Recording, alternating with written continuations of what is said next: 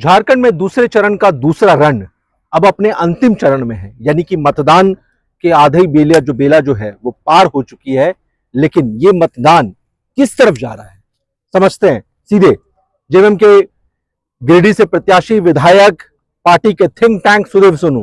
पहला सवाल यही, माहौल क्या है और 23 को किसकी सरकार? मतदाताओं के उत्साह ने कहीं ना कहीं यह दिखा दिया कि हेमंत सोरेन के काम पर उन लोगों ने मोहर लगाई है। विपक्षी पार्टियों के खेमे में जिस तरीके की निराशा अभी से दिख रही है, ये इस बात का परिचायक है कि परिणाम क्या होंगे ये उनको भी मालूम है। तो मैं ये मानता हूं कि यह चुनाव निश्चित रूप से झारखंड की अस्मिता, झारखंड की चेतना और झारखंडी बेटे के द्वारा झारखंड के गरीबों के आंसू पोंछने का जो प्रयास था उस पर झारखंडी जनता की मोहर का होगा। लेकिन बड़ी संख्या में जो महिलाएं जो निकल रही हैं वोट करने के लिए, चाहे बात सिल्ली से करें, शुरुआत उसी से करते हैं हम। जो तस्वीरें सिल्ली से आई और जो साहिबगंज तक देखने को मिल रही है वो ये कि पुरुषों की अपेक्षा महिलाओं की लंबी लाइन है। 70 साल, 75 साल, 80 साल की महिलाएं, हाँ, वो भी लाठी लेकर के मतदान केंद्र पे जा रही है। वो किधर जा रही है? किसके लिए आपको लग रहा है कि वोट कर रही है? भैया या दीदी? देखिए, सवाल ये उठता है ना कि हेमंत सरकार में महिला केंद्रित योजनाएं जो चली, उन तमाम योजनाओं का बड़ा असर है। 14 साल की उम्र से हम अपनी बेटियों को सावित्रीबाई फुले किशोरी समृद्धि योजना का सहारा देते हैं कि उनका ड्रॉप आउट रेट घट जाए। 18 साल की उम्र पूरी होने तक उनको हम 40,000 रुपया दे चुके होते हैं। 18 से 50 तक में हम उनको मैया सम्मान देते हैं और 50 के बाद हम सर्वजन पेंशन से उनको आच्छादित करते हैं। तो कहने का मतलब ये है कि 14 साल की बच्ची से लेकर 60 साल की वृद्ध महिला तक को हम लोगों ने बिल्कुल नहीं छोड़ा है। सरकार उसके लिए एक बेटा एक भाई बन के खड़ी रही है। मेरा यह मानना है कि प्रथम चरण के मतदान में, जिसमें आंकड़ों के विश्लेषण के बाद यह निश्चित रूप से निकल कर आया कि 4.59% पुरुषों से ज्यादा महिलाओं ने मतदान किया। ये प्रथम चरण का है। ये इस बार भी रिपीट होगा और बेहतर होगा। और जाहिरा तौर पर जिस सरकार ने महिलाओं का ख्याल रखा है उस महिलाएं भी उनका ख्याल रखेंगी। सेकेंड फेज में जो वोटिंग है वो ज्यादा देखी जा रही है पहले फेज के कंपैरिजन में। अभी तक की जो वोटिंग की काउंटिंग, वोटिंग का जो ट्रेंड चल रहा है वो दिख रहा है कि पहले फेज में जो वोटिंग हुआ 13 तारीख को, उसके कंपैरिजन में आज 20 तारीख को ज्यादा वोटिंग हो रही है। क्या हो सकता है, रीजन क्या हो सकता है? शहरी ग्रामीण क्षेत्र दोनों तरफ वैसे ही है। नहीं, देखिए, मोटे तौर पर मेरा यह मानना है कि Bharatiya Janata party election commission of India के माध्यम से जो प्रोग्राम सेट करती है वो पहले अपने स्ट्रॉन्ग होल्ड एरियाज को पहले निकालती है। जहां उसको इस बात का संदेह रहता है कि इसको नुकसान हो सकता है, उसको वो दूसरे तीसरे फेज में ले जाती है कि वो स्ट्रॉन्ग होल्ड एरिया पहले निकल जाए। तो मेरा ये स्पष्ट रूप से मानना है कि एक तो 12 तारीख को महिलाओं के खाते में गई चौथी किस्त में महिलाओं के बीच में ये विश्वास बढ़ाने में काम किया कि हेमंत सोरेन ने जो कहा है सो किया है। और रह गया बात गोगो दीदी योजना का, तो बहुत सारे लोगों को तो इसका अर्थ ही नहीं पता था। एक इलाके में जब हम गए तो लोगों से बात हुई तो बोला गोगो गोगो बोलता है, मतलब गोगो मतलब जाओ जाओ है क्या? तो खैर मैं तो जानता था कि गोगो का अर्थ क्या होता है संथाली भाषा में, लेकिन कहने का मतलब है कि जब मुद्दे जनता को स्पंदित करने लायक ना हो, उसके हृदय को नहीं छू सकें, तो यही हश्र होता है और वही हुआ। लेकिन इस बीच थोड़ी देर पहले नेता प्रतिपक्ष अमर बावरी हमारे साथ लाइव थे। वो तो ये कह रहे हैं कि पूरे प्रदेश में भगवा लहर है। वो साफ कह रहे हैं कि जय श्री राम के नारों के साथ 23 को बीजेपी की सरकार आ रही है। जय श्री राम का नारा मंदिरों के लिए होता है, राजनीति के लिए नहीं होता है। राजनीति का धर्म होना चाहिए, धर्म की राजनीति नहीं होनी चाहिए। वो इस बार झारखंड की जनता उनको सबक सिखाएगी कि वो राजनीति में जो धर्म लेकर आते हैं ना, और धर्म के नाम पर जीतने की जो सोच रखी है वो उनको समझ में आ जाएगा। मैं सिर्फ एक बात ये कह रहा हूँ, बहुसंख्यक समुदाय झारखंड का धर्म के मुद्दे पर नहीं बटा।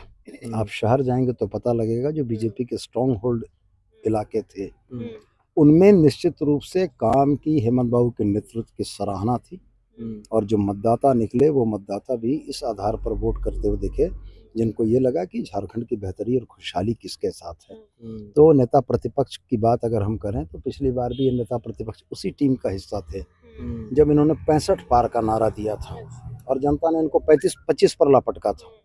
इसलिए अब की बार ये नारा देना भूल गए। अब की बार भाजपा सरकार लिख रहे हैं जबकि इनका ट्रैक रिकॉर्ड आप देख लीजिए कि लोकसभा के चुनाव में भी इन्होंने नारा दिया था, अब की बार 400 पर और जनता ने 230 पर लाड़ पटका। तो इस बार ये संख्या का नारा नहीं दे रहे हैं, जो नारा दे रहे हैं जिसमें इज्जत बची रह जाए, लेकिन वो जादुई आंकड़ा भी नहीं पार होने की स्थिति है।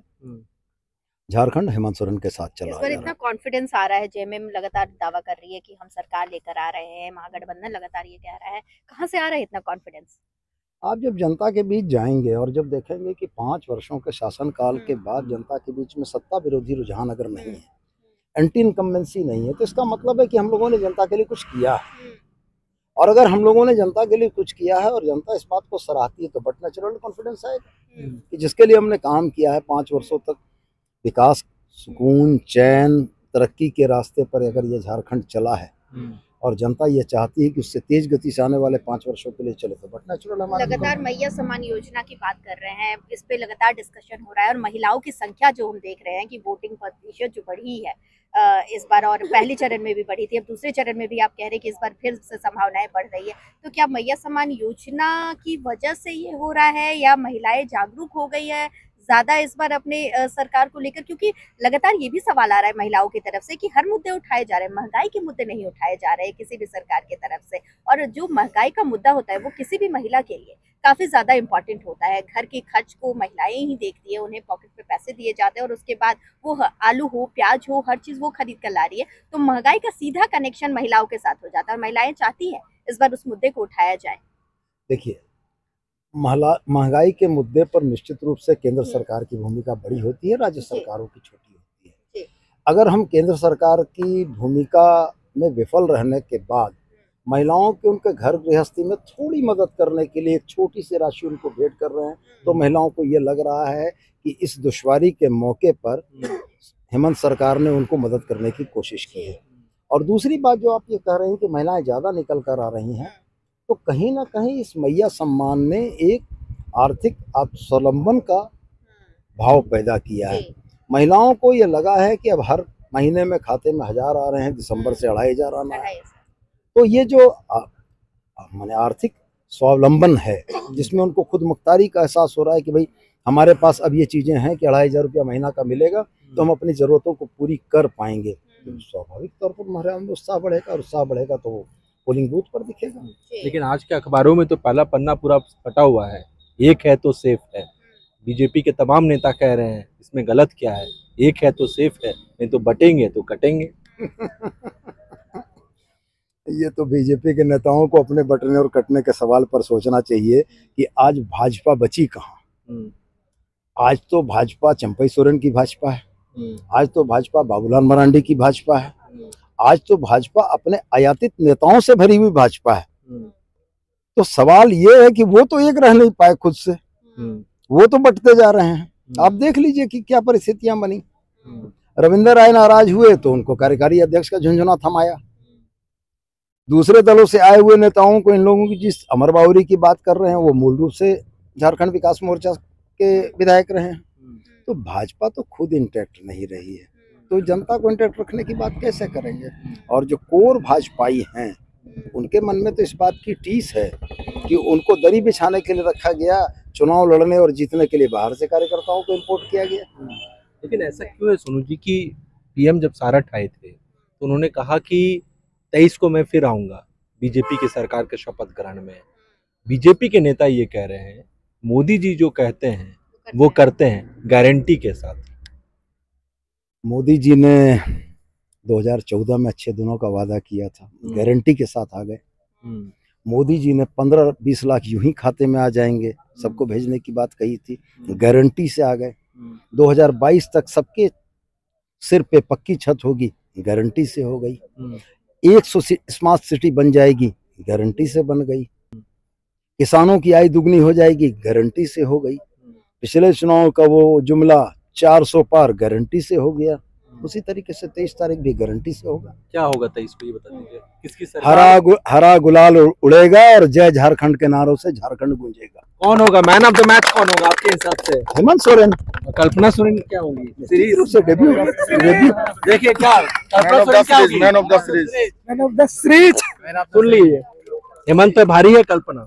चलिए, अब हकीकत है, कल्पना नहीं रह गई वो। सवाल इस बात का है कि जनता कार्यकर्ताओं की जो इच्छा है वो सिरा के ऊपर। चलिए, आप सुदेव सोनू को सुन रहे थे, जो टूक कर रहे हैं 23 को हरा गुलाल उड़ेगा। मुझे और मंजूषा को दीजिए इजाजत, नमस्कार।